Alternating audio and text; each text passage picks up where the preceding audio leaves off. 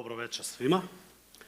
Ja se zovem Saško Bogeski i zahvalan sam Bogu da mogu večeras da podelim sa vama poruku iz Božje reči, iz svete Božje reči.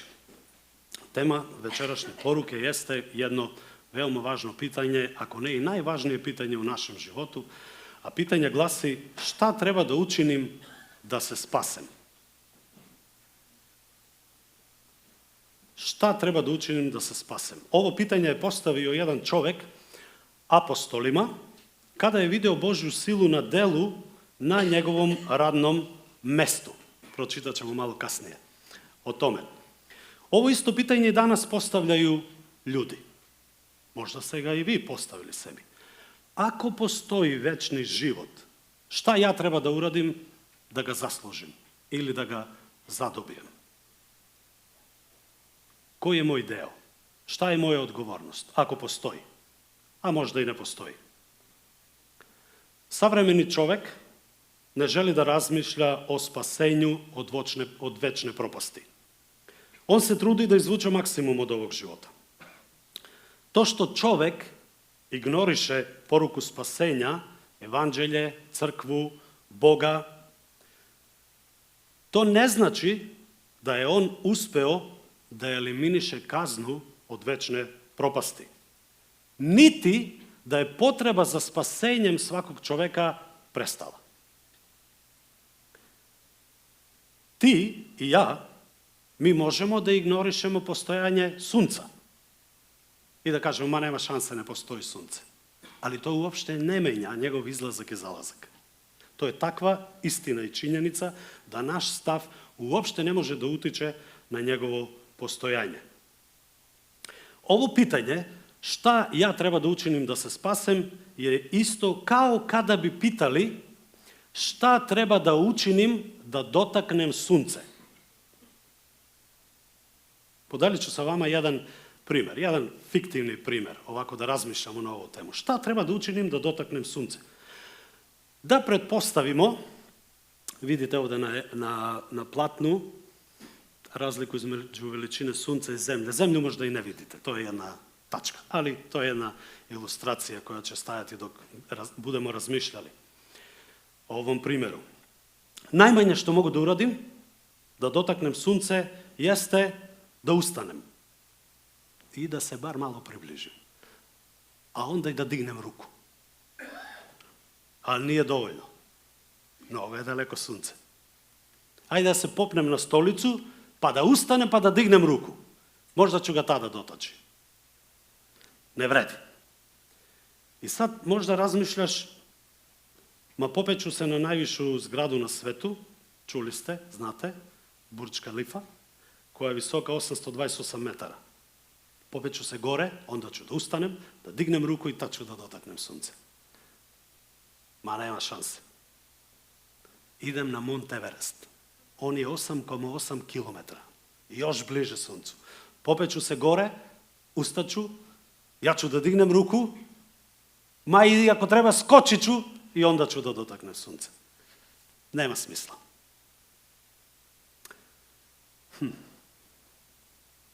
Ako onda saznaš da je sunce udaljeno od zemlje 149 miliona kilometara, 149,6, ne pravi velika razlika. To je toliko daleko da ako bi automobil mogao neprekidno da vozi 100 km na čas, do sunca putovao bi oko 171 godinu. Bez zaustavljanja. Pod uslovom da ima gorivo sve vreme. Tamo gore negde. Ne vredi. Smišljam novi plan. Skupit ću novac i platit ću Elonu Musku da smisli novi program za mene, da me lansira i pošalja me u svemir da dotakne sunce. On ima tu mogućnost. A onda saznam da trenutni program za slanje ljude na mesecu Artemis, predvođen od strane NASA, košta 93 milijarde dolara. A sunce je dalje od meseca. Tvoja godišnja zarada neka bude 12.000 evra, ako ti je 1.000 evra plata. 1.200.000 možeš da skupiš za određene godine pod uslovom da ne trošiš. Nema šanse. Nema šanse da skupim taj novac ni za 20 života. Ok, da pretpostavimo sada Elon Musk želi da te finansira. Nemam para i ti si mu ovako zanimljiv čovjek. Ok, želi da te finansira. I u toku pripremnog razgovora objasne ti stručnjaci da je temperatura na površini sunca 5500 stepeni Celzijusovih. I sad ti shvataš, čoveče, ne postoje nikakve šanse da ja dotaknem sunce. Čak i da me baci Elon Musk gore, ja ću nestati u milisekund. Sunce će me izgoreti. Neće biti, ništa neće ostati od mene. I sad, da prođeš ovaj ceo proces, sedneš i razmišljaš, ma da ipak ja ustanem, popnem se na stolicu, skočim i dignem ruku, možda ću da uhvatim sunce, možda ću da uspem. Ne vredi. Kroz ovaj slikovit način, braćo i sestre i dragi prijatelji, da svojim pokušajem i naporom uspemo da ostvarimo nedostižan cilj, želim svesno da obesmislim naš napor da dođemo do Boga, da se spasimo, da zadobijemo večni život. To je nemoguće. Za nas je to nemoguće. Zašto ne možemo da dođemo do Boga? Bog je savršeno svet i ne možemo opstati u njegovoj prisutnosti jer smo grešni. To je prva stvar ili prva tačka za večeras. Bog je savršeno svet. Čitam u 2. Mojsijevoj 33. glava 20. stih, kaže, ali reče, Gospod kaže Mojsiju, lice mi nećeš vidjeti jer čovjek ne može da me vidi i da ostane živ. Kao što ne možemo da gledamo dovoljno dugo u sunce bez teških posljedica, tako ne možemo ni da gledamo u svetoga Boga, a kamoli da mu se približimo ili da ga dotaknemo. U poslanici Jevrejima 12. glava 29. stih čitamo, jer naš Bog je oganj koji proždire. Ovaj stih opisuje Božju svetu prirodu koja proždire greh. Ništa nesveto ili grešno ne može da opstane u njegovoj svetosti. Njegova svetost je toliko savršena da grešan čovjek ne može opstati u njegovoj slavi. A onda prorok Isaija 6.3 kaže, svet, svet, svet je Gospod nad vojskama. Pošto je Bog svet, on očekuje od čoveka, od tebe i od mene da i mi budemo sveti. I čitamo u 1. Petrovoj poslanici, ovo je Božja zapovest. I Gospod kaže, nego, kao što je svet onaj koji vas je pozvao i vi budite sveti u svemu što činite, jer zapisano je, budite sveti jer sam ja svet. U poslanici Jevrejima 12.14 kaže, trudite se da živite u svetosti bez koje niko neće videti Gospoda.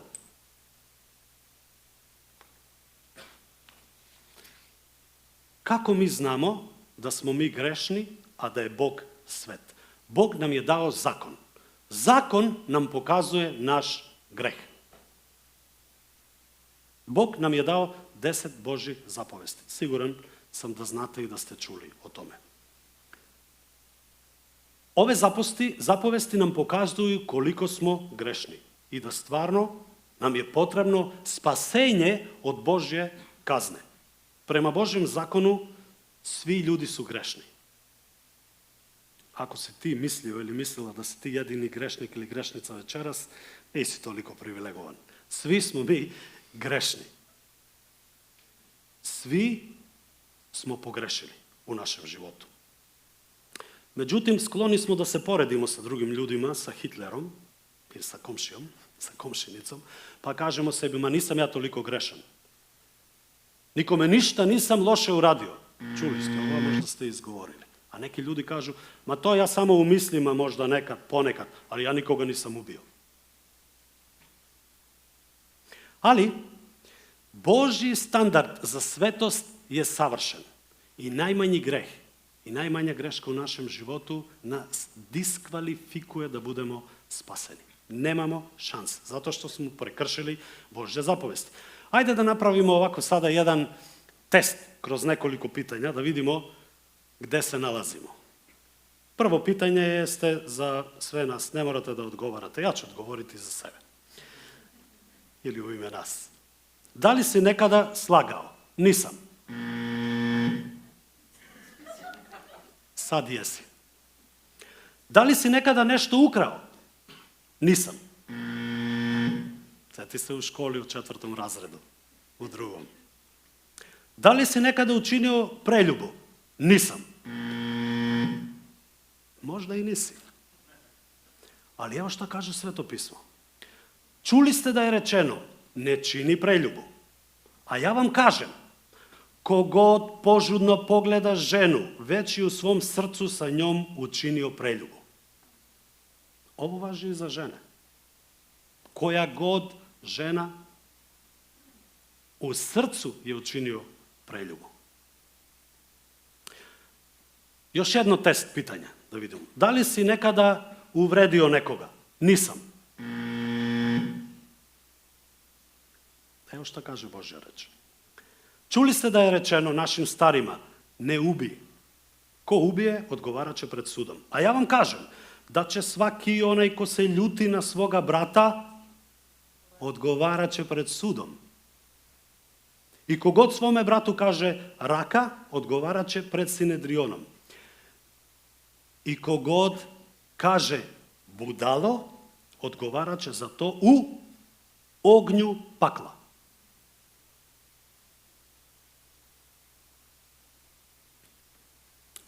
Koliko god da se trudimo, mi ne možemo da se očistimo držanjem zakona i zapovesti. Možda danas nećemo reći nekome budalo, a možda sutra o saobraćaju kad nas preseče. Nećemo možda izgovoriti, ali naš stav će biti možda i gori od toga. Držanje zapovesti podrazumeva naše svesno delovanje kako bi pokazali da nismo grešni ili da ne grešimo. Međutim, Sveto pismo kaže da niko od nas se ne može opravdati svojim delima, dobrim delima. Rimljanima 3:20 kaže: stoga se pred njim niko neće opravdati delima zakona, jer posredstvom zakona dolazi samo spoznajanje greha. Bog je dao zakon samo da bi nam pokazao koliko smo grešni. Neće nas zakon opravdati. A onda Galatima 2:16 kaže: znamo da se čovjek ne opravdava delima zakona. I onda ponavlja u istom kontekstu istu ideju. Kaže, jer se delima zakona niko neće opravdati. Niko. Ni ja, ni vi. Apostol Jakov piše u 2. glavi 10. do 11. stih. Jer ko se drži celog zakona, a samo u jednoj stvari posrne, kriv je za kršenje celog zakona. Pa ti kažeš, pa ja ne radim ovo, ali uradio si nešto drugo. Prekršio se zakon, kriv si. Bez obzira što nisi možda učinio neki vidljivi veliki greh kao neko drugi. Prema Božjem standardu ti si lažov, lopov, preljubnik, vređaš druge i zbog toga ćeš odgovarati u ognju pakla, kaže Božja reč. Ali svi smo mi grešni. Ne samo ti i ja. Svi smo grešni i nema pravednog nijednoga, kaže Božja reč. Međutim, Bog od nas očekuje da budemo sveti, ali mi nismo sveti, nego smo grešni. U poslanici Rimljanima 3. glava 10 do 12. stiha čitamo, apostol Pavle piše, kao što je zapisano, nema pravednoga nijednoga. Nema razumnoga, nema nikoga ko traži Boga. Svi su zastranili, svi zajedno postali beskorisni. Nema nikoga ko čini dobro. Nema nijednoga. 1. Jovanova 1:8 do 10. Ako tvrdimo da nemamo greha, sami sebe zavaravamo i u nama nema istine. Puno puta mi kažemo, ma nisam ja toliko loš. A onda nastavlja u posljednjem delu u 10. stihu kaže, ako tvrdimo da nismo zgrešili, činimo ga lažljivcem i njegove reči nema u nama. Ako mi kažemo da nismo grešni, onda ispada da Bog laže. A on je svet. Rimljanima 3:23, veoma poznat stih. Svi su zgrešili i lišeni su Božje slave. U 5. glavi 12. stihu nastavlja apostol Pavle, kaže, stoga, kao što je greh ušao u svet preko jednog čovjeka, misli se na Adama, praoca, a preko greha smrt, tako je smrt snašla sve ljude, jer su svi zgrešili. Posljedica greha je smrt i osuda. Rimljanima 6.23 kaže, jer plata za greh je smrt. Svima nama je to poznato. Božja kazna za greh je pakao ili večna odvojenost od Boga.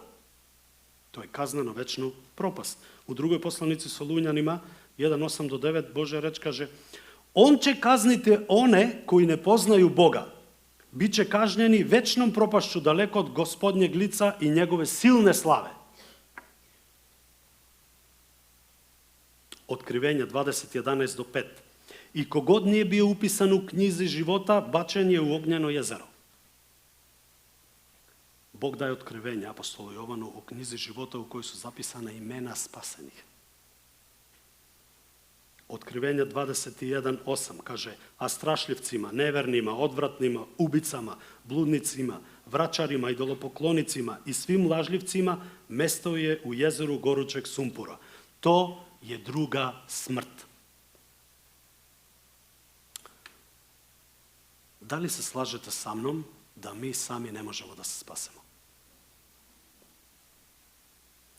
Da li se slažete da ne postoji nikakva šansa, ni teoretska, ni praktična, da popravimo sebe, da budemo sveti, da se približimo Bogu i da dobijemo spasenje?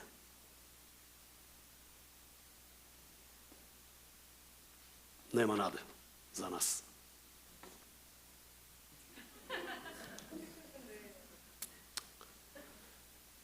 To što ste pomislili u srcima i u mislima, to je pravi odgovor.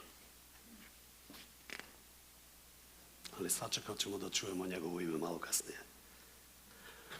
Onda opet si pitamo, dobro, razumemo, Saško, znači prestrašio si nas. Ali je jako važno, braćo i sestre i prijatelji, da se uplašimo. Jer ako se ne uplašimo, mi nećemo razumeti da nam je potrebno spasenje.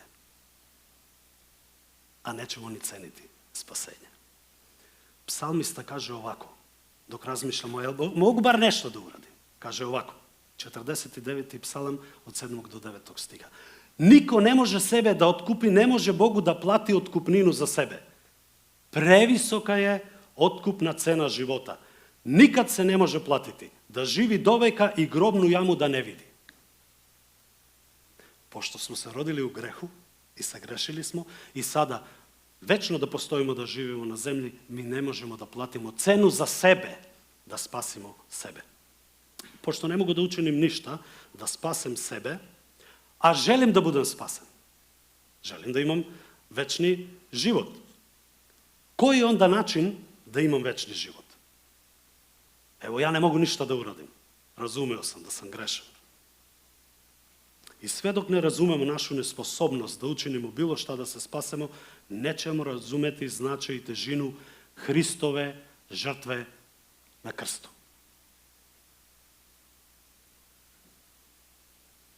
Ali mi nismo ni svesni koliko nas Bog voli i koliko nas Bog ljubi.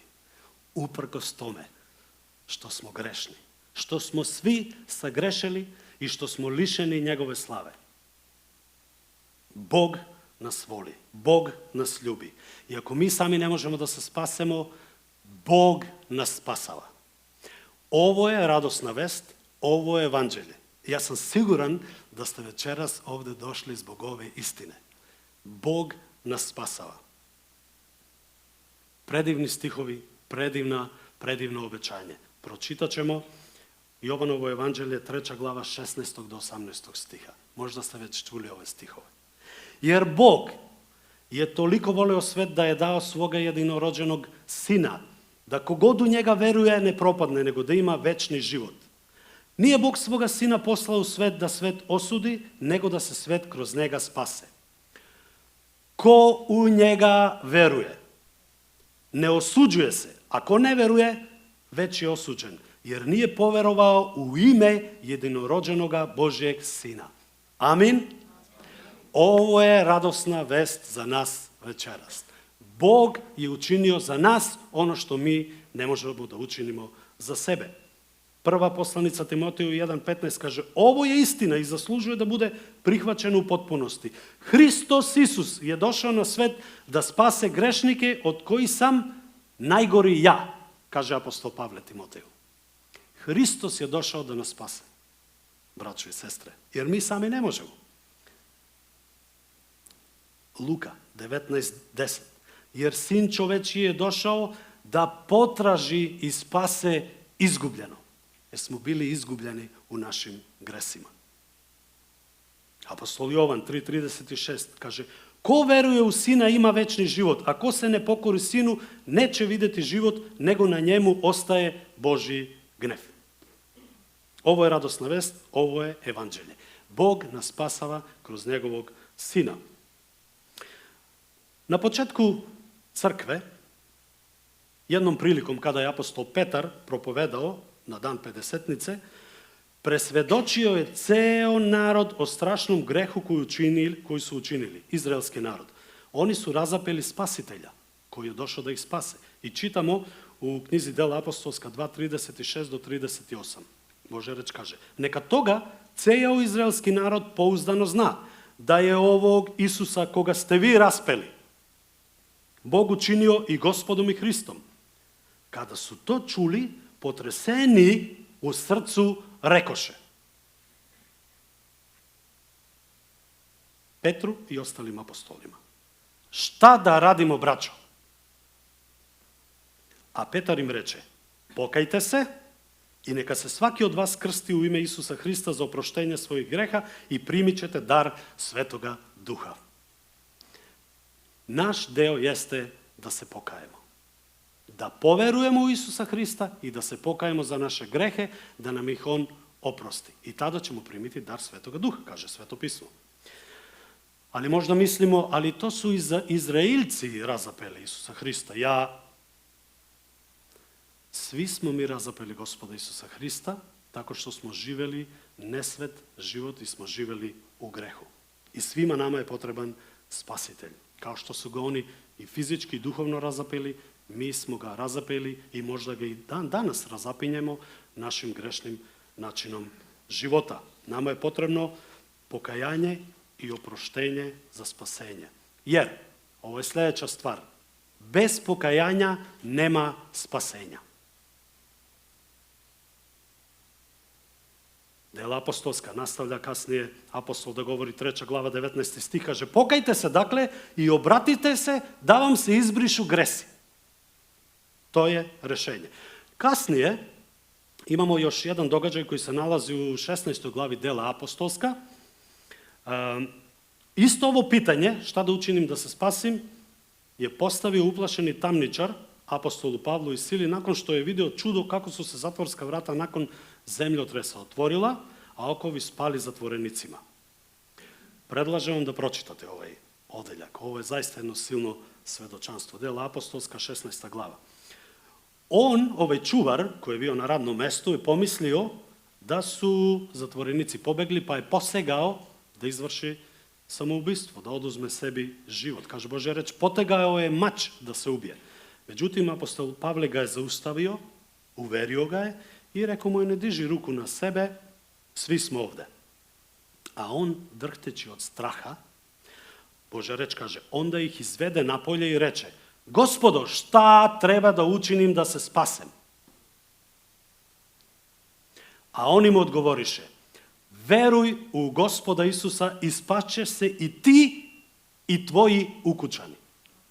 Brate i sestro, ako si poverovao u Gospoda Isusa Hrista, Gospod obećava spasenje celoj tvojoj porodici.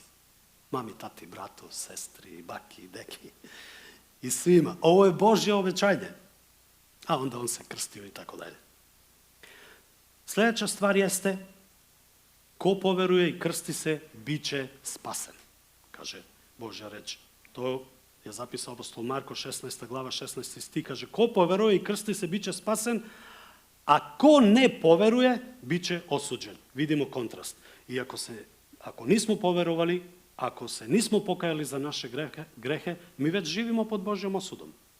A pročitali smo koliko su strašne posljedice.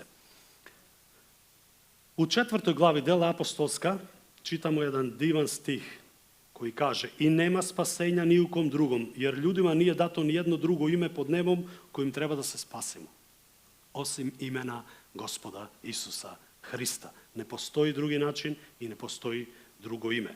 Sam Gospod kaže ovako: ja sam put, istina i život. Niko ne dolazi k Ocu osim kroz mene. Osim kroz Gospoda Isusa Hrista.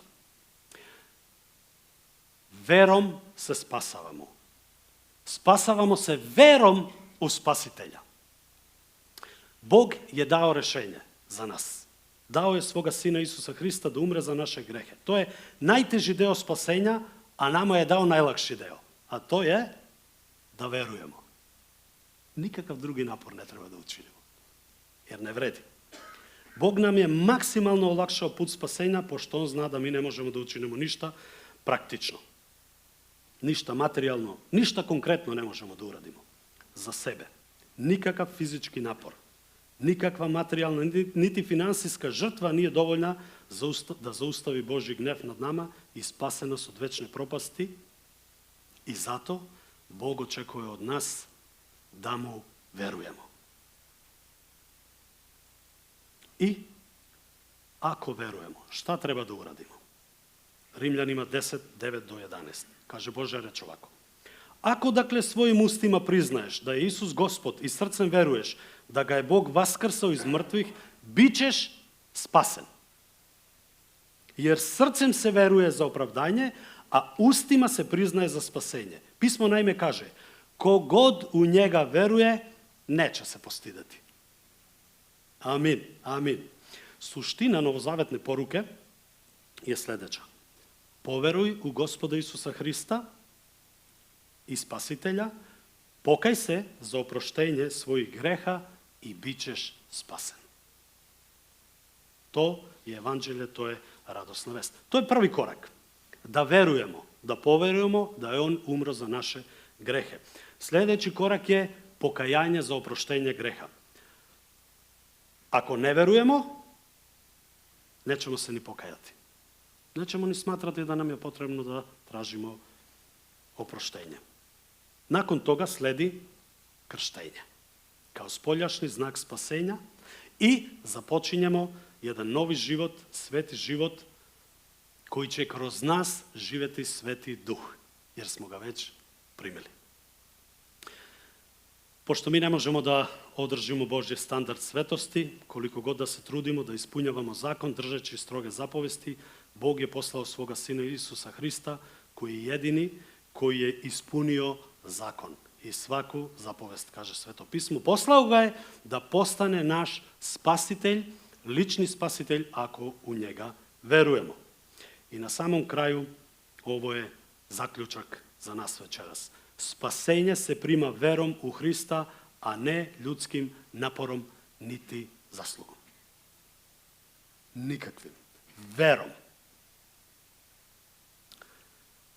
U Efescima 2, 8 do 9 čitamo Božja reč, kaže: jer milošću ste spaseni kroz veru. I to nije od vas, nego je Božji dar, a ne na osnovu dela da se niko ne bi hvalio. Spaseni smo milošću Božjom. Gospod nam se smilovao i dao je svoga Sina. Rimljanima 3, 23 do 26 i 28.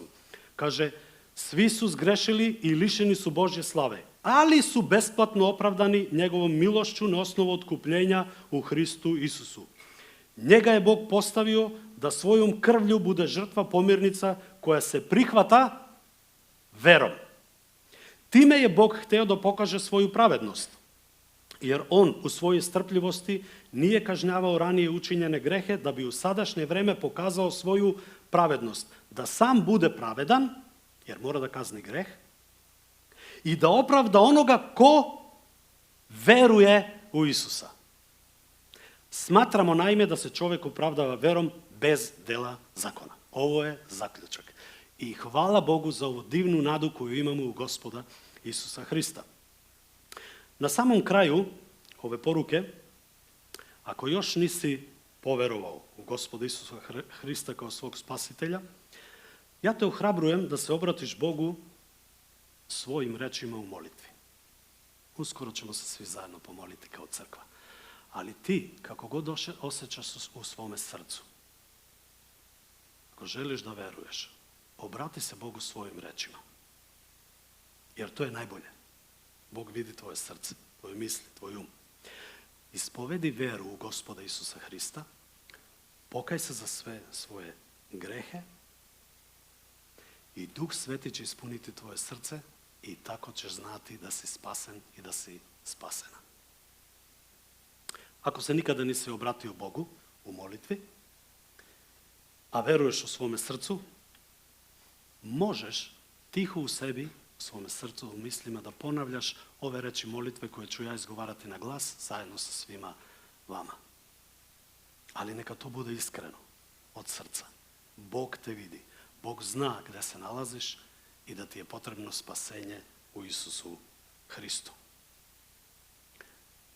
Da sagnemo naše glave i da se pomolimo svi zajedno. Gospode Isuse Hriste, verujem da si ti moj spasitelj. Molim te, oprosti mi sve moje grehe. Očisti me i posveti me. Hvala ti što si mi podario večni život. Amin. Ako si prihvatio Isusa Hrista za svog spasitelja i molio ovu molitvu, možda svojim rečima, nakon službe ostani da porazgovaramo. Voleli bi da čujemo ako si doneo tu odluku, ako si donela tu odluku. Možeš da priđeš Danku, možeš da priđeš Saši, meni, bilo kome ovde iz tima crkve. Voleli bi da porazgovaramo i da te ohrabrimo da nastaviš da rasteš na tvom putu vere i zajedništvu sa Gospodom Isusom Hristom. Za sam kraj, još nekoliko stihova, kao veliko ohrabrenje i kao uvod možda u poruku za sledeće nedelje, jer ćemo ovu poruku nastaviti. Bog želi da budeš siguran u svoje spasenje. Bog želi da znaš da si spasen i da ne sumnjaš. Evo šta kaže Božja reč. Prva poslanica Jovanova 5:9-13. Bog nam je dao večni život i taj život je u njegovom sinu. Ko ima sina, ima život. Ko nema sina Božjeg, nema život. Ovo sam napisao vama koji verujete u ime Sina Božjeg, da znate da imate večni život. Amin. Neka nam Gospod pomogne da ovako živimo, sa jednom sigurnošću da smo spaseni. I kada gledamo u krst, kada gledamo u Hrista, da znamo da je On učinio sve da nas spase. I njemu pripada sva slava i čast. Amin.